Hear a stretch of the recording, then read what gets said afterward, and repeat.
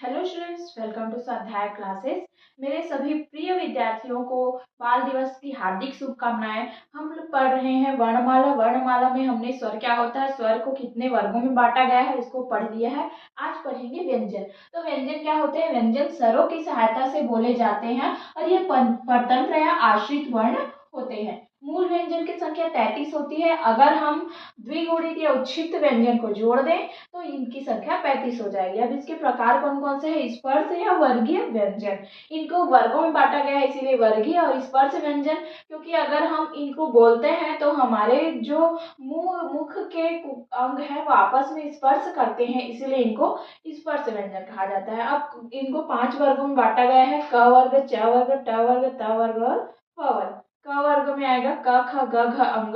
ये कंठ से निकलते हैं, इनको कंठव्य कहा जाता है। च वर्ग में च, छ, ज, झ, य, ये तालु से निकलते हैं, इनको तालव्य व्यंजन कहा जाता है। ट वर्ग में ट, ठ, ड, ढ, ण, ये मूर्धा से निकलते हैं, इनको मूर्धन्य कहा जाता है। त वर्ग में त, थ, द, ध, न, ये दंत की सहायता से बोले जाते हैं, इनको दंत्य व्यंजन कहा जाता है। प वर्ग में प, फ, ब, भ, म, ये ओष्ठ की सहायता से बोले जाते हैं, इनको ओष्ठ्य व्यंजन कहा जाता है।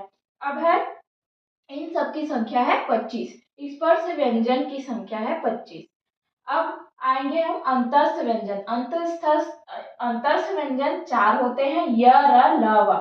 य कहाँ से बोला जाता है? तालु से। र वर्ष से और ल भी वर्ष से बोला जाता है और व दंत्योष्ठ से बोला जाता है। दंत्योष्ठ दंत और नीचे के जो ओठ है उसकी सहायता से बोला जाता है व। और य और व को अर्ध स्वर भी कहा जाता है।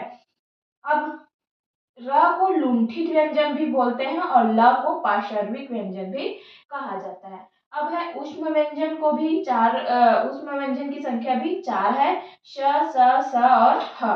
तो श को कहाँ से बोला जाता है? तालु से। स को मूर्धा से और स को दंत से और ह को कंठ से बोला जाता है। ह को काकल्य व्यंजन भी कहा जाता है। इनके जो नाम है ये लुंठित, पार्श्विक, काकल्य, ये परीक्षाओं में आते हैं, इनको बहुत बार पूछा गया है तो आप इनको याद रखिएगा।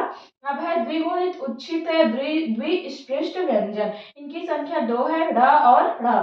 तो इनको मूर्धा से बोला जाता है दोनों को। ये भी बहुत बार पूछा गया है कि द्विगुणित व्यंजन क्या है, उच्छिष्ट या द्विस्पृष्ट व्यंजन क्या है, तो इसको भी आप याद रखेंगे। 5वां है संयुक्त व्यंजन। संयुक्त व्यंजन को भी संख्या 4 है: अक्ष, त्र, ज्ञ और श्र। ये संयुक्त व्यंजन क्या है? क्योंकि अलग अलग व्यंजनों से मिलकर बना हुआ है, इसीलिए संयुक्त व्यंजन है। तो छ किससे बना है? क और स